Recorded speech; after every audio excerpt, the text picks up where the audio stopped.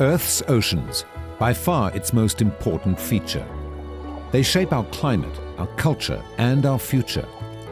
A watery home to 230,000 known species of creatures, much of the ocean's depths remain undiscovered. It is thought that more than 2 million marine species might be in existence. What else lies beneath the surface of these great oceans which cover all but a quarter of this planet? Could there be minefields upon minefields of yet-to-be-discovered resources, exciting new species, miracle plants able to cure our incurable diseases, medicinal properties among the creatures of the deep, intriguing lessons from nature perhaps? Join us as we encounter the bountiful marine life of our oceans that unquestionably form the largest habitable and least explored environment on Earth.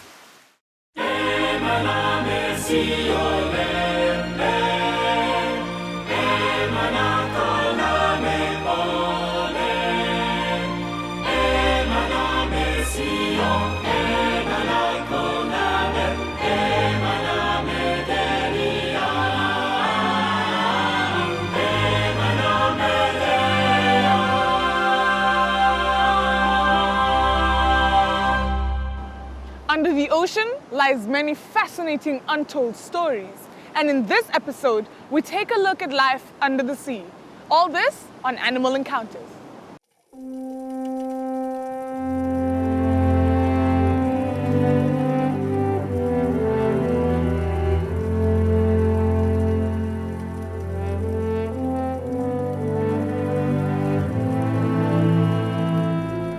We seem to have the impression that our expansive oceans are pristine wonderlands.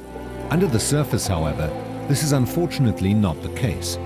Here too, as on land, the human footprint is far too obvious. Picture for a moment an empty ocean. No fish or marine life, perhaps only some lonely spirals of seaweed, calcified coral, and endless water. Unrealistic? Not really. If we continue the way we do, this could become a reality all too soon, and then we'd be in trouble. On the other hand, if we all pull together and stem the tide of human greed, we could perpetuate the ocean's beauty, such as these sights, recorded off the coast of the spectacular Seychelles, in the warm Indian Ocean islands off the east coast of Africa.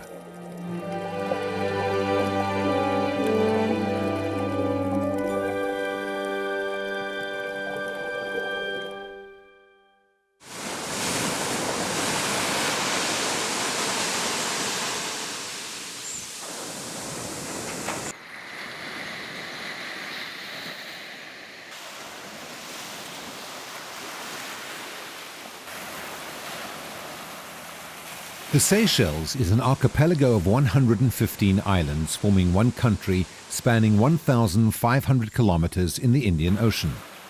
These yet unspoilt islands are known for their pristine natural beauty, with many parts still entirely untouched by mankind. Geologically speaking, granite accounts for half the islands while the others are coral atolls. Many are uninhabited. A year-round comfortable tropical climate ensures that visitors are seldom disappointed by the weather. A great and beautiful variety of living species entices divers of all levels below the surface of these clear azure waters.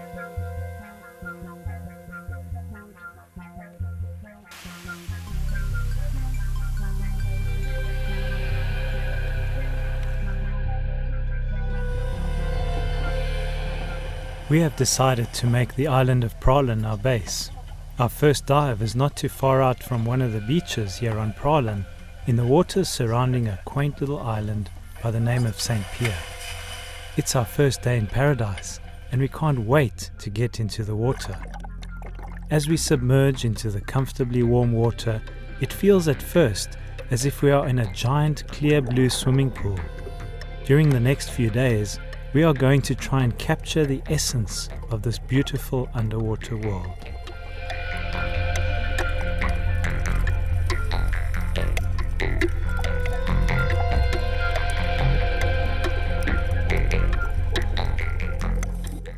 Releasing up to 70% of the oxygen on the planet and producing nourishment for billions of people, we must accept that the oceans are truly our life support system. Large bodies of water in the form of currents move around the planet, controlling the Earth's climate. A healthy ocean equals a healthy planet. We cannot survive without this engine producing vital quantities of food, medicine, and jobs.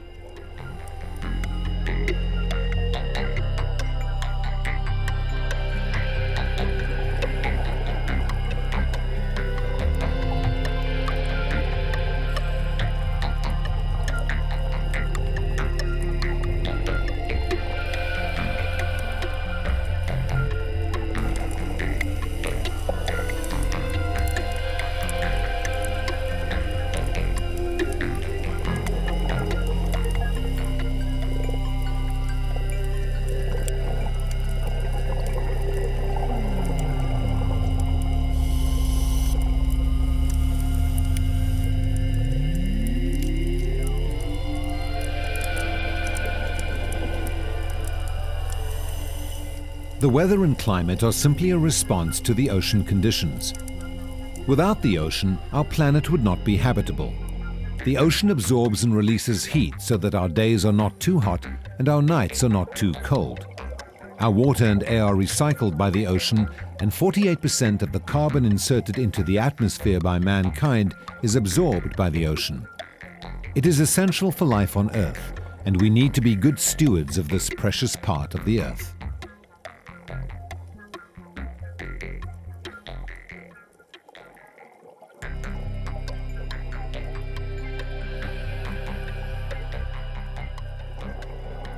We are very pleased to see a hawksbill turtle, and he seems very interested in our camera. Or perhaps it is the reflection of himself in the lens that he's after. Hawksbill turtles sport a tapered head ending in a sharp point like a bird's beak, hence their name. They like to feed on certain sponges and are therefore found near reefs that provide these. They are sadly endangered as a species, like many sea turtles, due mostly to the impact of humans on the environment. In many places, hawksbill eggs are still eaten, and they are often killed for their meat and their beautiful shells, even though this turtle has an internationally protected status. Another threat to them is that of fishing nets in which they are often accidentally trapped. Their numbers have decreased by 80% globally over the last century.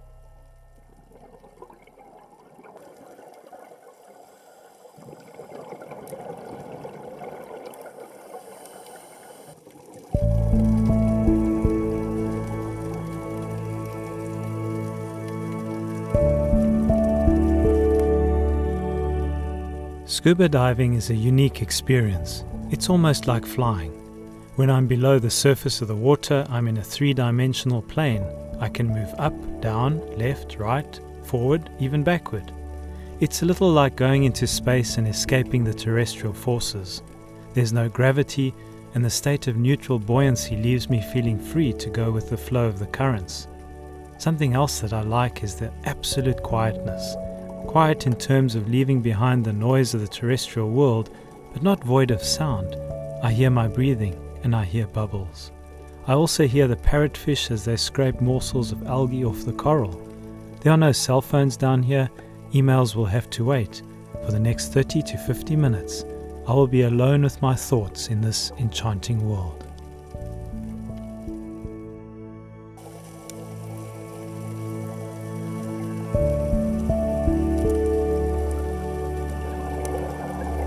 Today we are going on a deep dive in an area where we hope to see some sharks. I sometimes wonder if God didn't purposely help man invent scuba equipment and the ability to breathe underwater so that we can experience this incredible underwater world. It amazes me that this cylinder that sits on my back continues to supply me with the breath of life. As we descend deeper and deeper, the color range shifts toward the blue end of the scale. With water being 800 times denser than air, this density absorbs the short-frequency light rays very quickly. To our eyes, these yellow Moorish idols have lost much of their bright, warm color.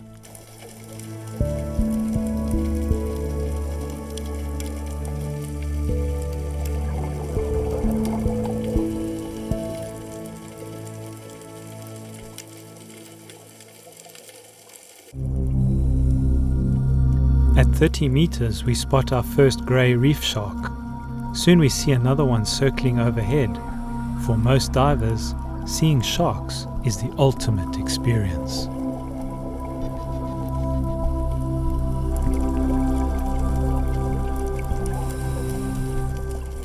Grey reef sharks are found from Easter Island in the east to South African waters in the west. They are one of the most common reef sharks in the Indo-Pacific Ocean and feed mainly on free-swimming bony fishes and cephalopods. Grey reef sharks are fast-swimming and agile predators. They are able to dominate many other shark species on the reef by their aggressive demeanor.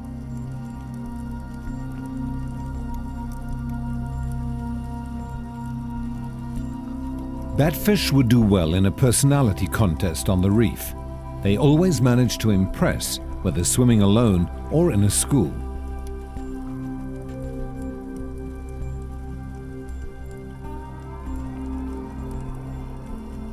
Today we find ourselves using all our energy to move forward because the current is very strong. Such conditions can cause divers to use up to 25% more oxygen than usual.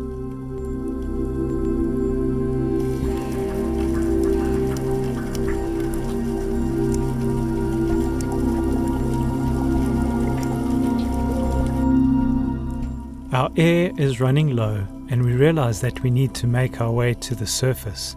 I can't help but wonder what other natural treasures are waiting to be discovered here in the depths of the ocean.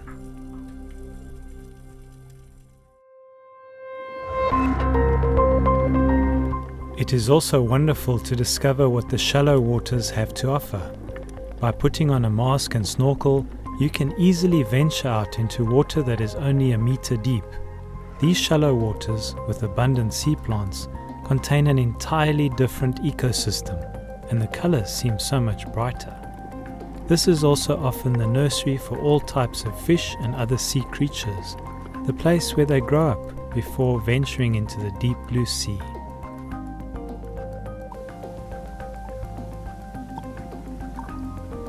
Grey moray eels, being naturally shy, are often found alone in the open amongst seagrass beds.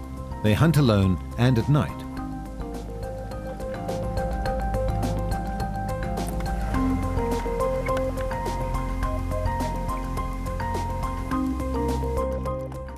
Squirrelfish also tend to be nocturnal and shelter in caves or under ledges during the daytime. Any disturbance causes them to emit a clearly heard staccato sound. This ability to chatter and its large eyes are characteristics which lend themselves to the name squirrelfish. Goldbar wrasse swim very quickly and seem to be continually on the lookout for food.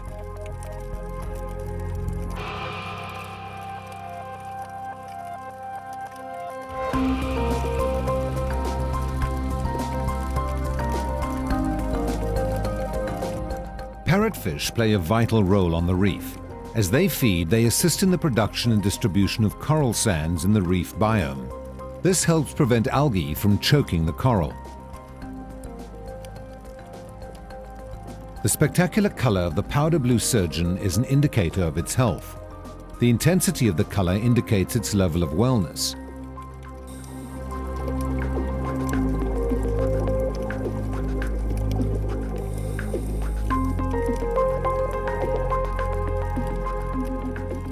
These are just a few of the more than 1,000 species of fish that color the waters of the Seychelles.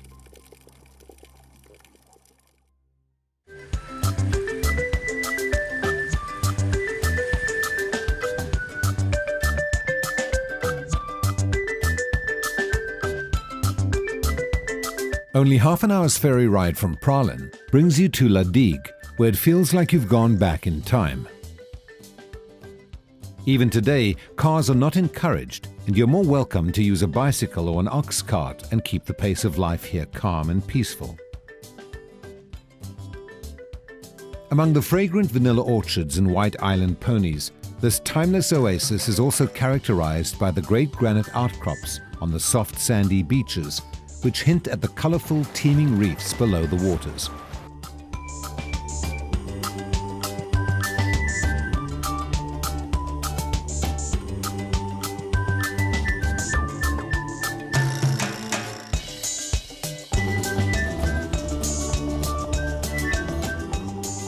Pralen's beaches are wonderful, but visitors would be remiss to leave without a visit to Vallei de Mai, a World Heritage Site. Coco de Mer palms dominate the landscape amid other tropical beauties. The uniquely shaped coconut bears the largest seed in the plant kingdom.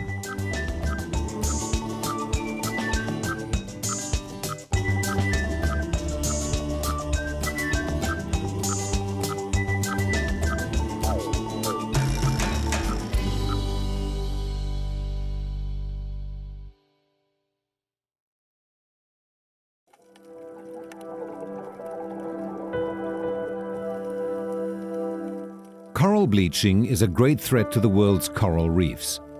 This term is used to refer to the way the increased CO2 levels in the atmosphere directly affect the acidity levels of the oceans. This same phenomenon is responsible for the climate changes we see. Of all the ecosystems on Earth, some of the most biologically productive and diverse are our coral reefs. A quarter of all marine life live off them, even though they occupy less than 1% of the ocean's surface. Coral reefs represent coral communities of sea creatures that depend on each other for survival. This beneficial living together is a great example of symbiosis.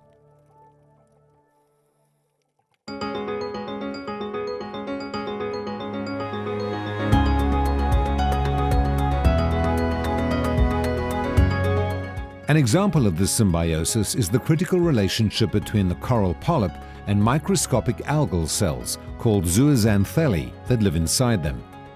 The presence of zooxanthellae in the coral's tissue means that corals can use the photosynthetic ability of the zooxanthellae to capture the sun's energy, like a plant during the day, and feed on suspended particles and plankton in the water that they capture with their tentacles and digest, like an animal, at night.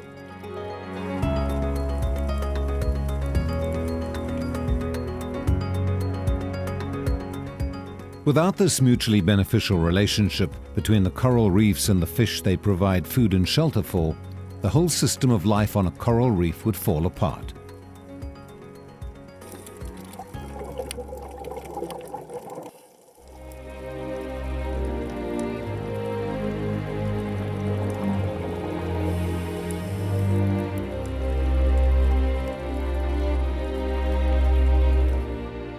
These reefs should be seen as the rainforests of the sea and should be protected.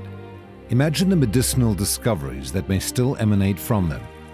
Apparently, 1/2 of all new cancer drug research focuses on marine organisms.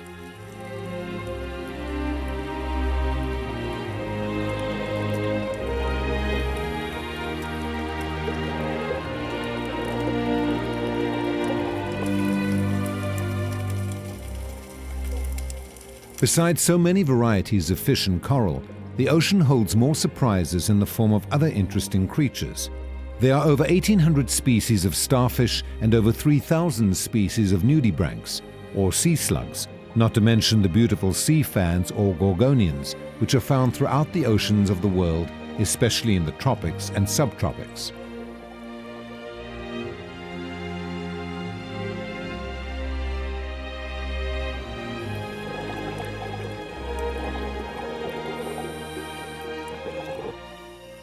Rays are spectacular ocean creatures, and there are many types in the Seychelles. Most species live on the sea floor. Bottom-dwelling batoids are different from other fish in the way they breathe. They take in water through their spiracles rather than through the mouth. The smaller ray species uses the science of hydrodynamics. To make headway in the strong current, they use the slipstream created by the larger ray to save energy.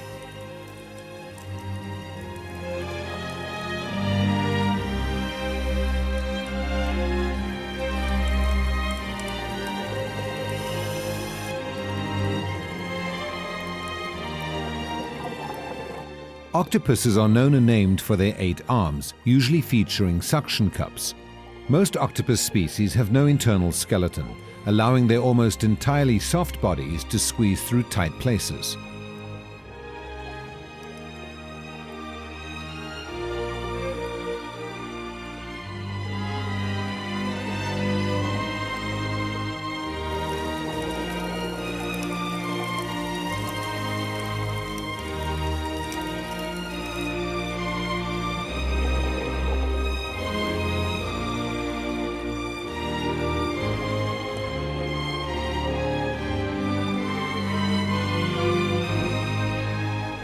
It's time to return to home base, and we signal for the boat to pick us up.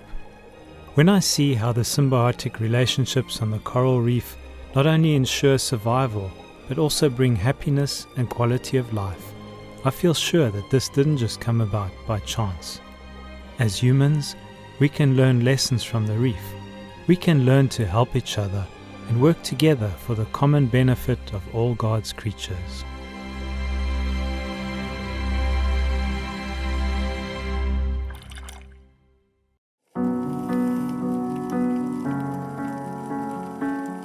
When I look at the ocean, I see exquisite patterns.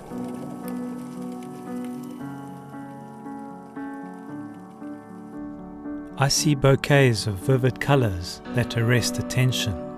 I see shapes that are not only beautiful, but also functional.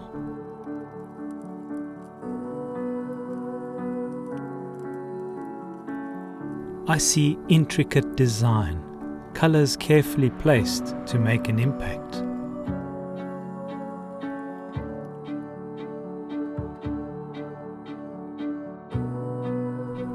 I see technology, hydrodynamics, the natural science of fluids in motion. I see incredible thought that has gone into this creation and design.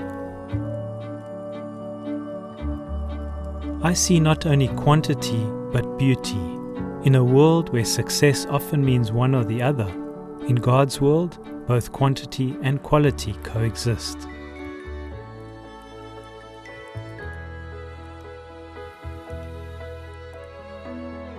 I see personality, each type of fish with unique characteristics.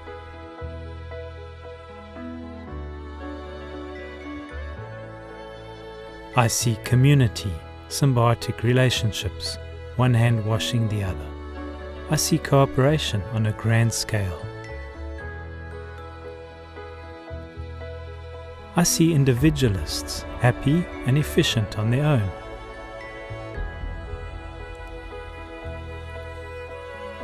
I see humor, funny faces and playful streaks. And I see majesty and dignity in the great creatures of the deep. Even in this hidden world under the ocean, I cannot help but see a mighty creative hand. I see God's creation, and I am in awe.